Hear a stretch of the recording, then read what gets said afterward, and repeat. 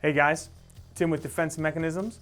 I want to take a few minutes today and talk about how we need to make sure that the procedures that we have, the things that we do, work in all different lighting conditions.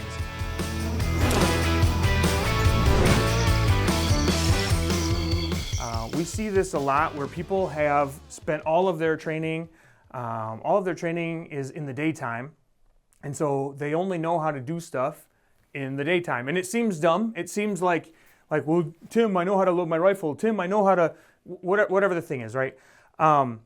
It's really important that we be able to, fight, whether that's offensive or defensive, 24 hours a day, right? There should be no lighting condition in which I am an ineffectual tool. I'm useless because it's dark. I'm useless because it's daytime, right? We should be able to fight in all lighting conditions.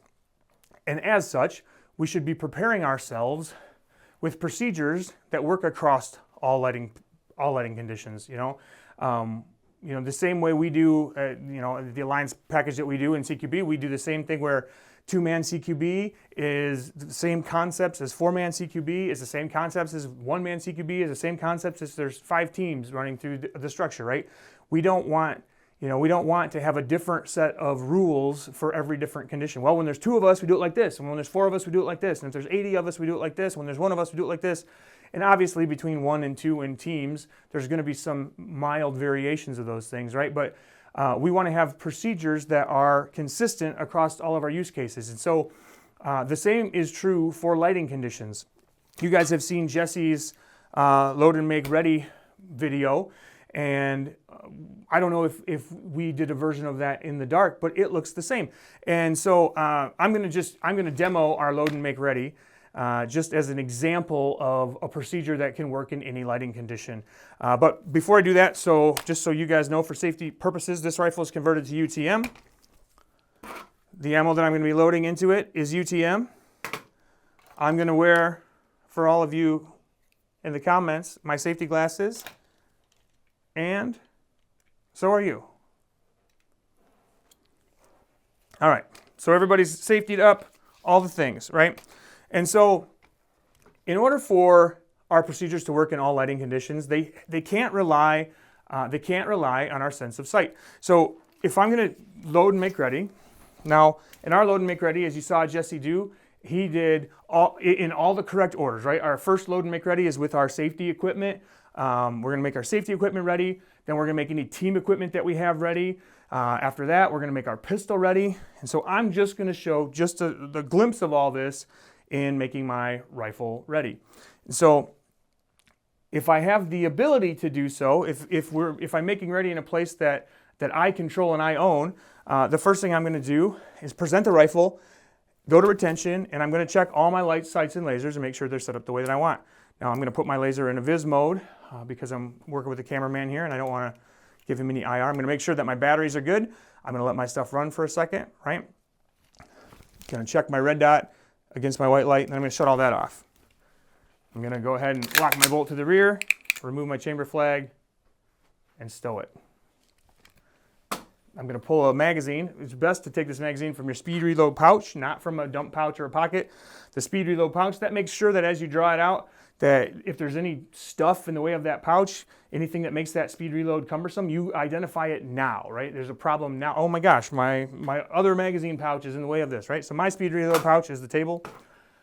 And this is where we start to get into nighttime specific stuff. Instead of looking at this magazine to see where the round is, I'm going to feel it with my finger. I've not looked at it at all, but I know from just feeling the top of it that the round is on the left. And so with my bolt locked to the rear, I'm going to insert this magazine. I did look, you felt me look, but you can actually feel it in. And I'm going to do a push-pull, make sure the magazine's locked in place. I'm going to drop my bolt. Now, a lot of you guys would say that rifle's loaded, let's go. I want to confirm this. I just did this in the dark. I'm about to go do things. My heart rate's up, right? I want to be sure this is good before I put myself in a life or death situation. So I'm going to remove the magazine and I'm going to feel the top round one more time. It was on the left before. It's on the right now. I know that there's only one place that it could be, and that's in the chamber, right? I'm not looking in the mag well. Reinsert with a strong push-pull. And this is where I'm going to aggressively try to rip this thing out of the gun. So I'm going to present one more time, make sure all the things are good, sling my rifle. Just one example of a procedure that can work in any lighting condition.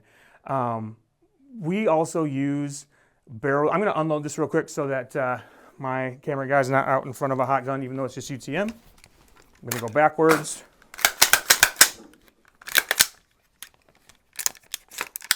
All right, so just like load and make ready has to work in daylight, white light, or no light, which would be like a night vision environment, so do the way we communicate, the methods we're going to use to communicate with our team. And that's going to be dependent on your team SOPs and the way you do things. But as you think about how your team works together, whether that's professionally or your friends who train together and you're thinking about like a post-apocalyptic scenario, the end of the world, if you play airsoft, if you are in law enforcement, you're military, right? Whatever team you might be working with, you have to think about how you're going to communicate and how that is going to work into different lighting conditions. One example of that in the program that we use, we communicate with barrel releases. A barrel release is a way for me to communicate that I'm ready for you to take an action, right? And so wherever we're standing, whatever action is about to happen next, I have identified that it's time for my partner to take an action, and I'm going to give him a barrel release. It's going to be a very gross motor movement of my rifle. If the rifle's in the shoulder pocket, I'm going to bring it all the way back and all the way forward. It's going to be very obvious, like Tim just did a thing, right? That's not Tim is walking around in his rifle. Some guys will do this little barrel wag, but what you'll find is if you're walking on uneven ground, everything looks like a barrel wag all the time. You can do a barrel release over the shoulder. You can do a barrel release under the shoulder. It doesn't matter.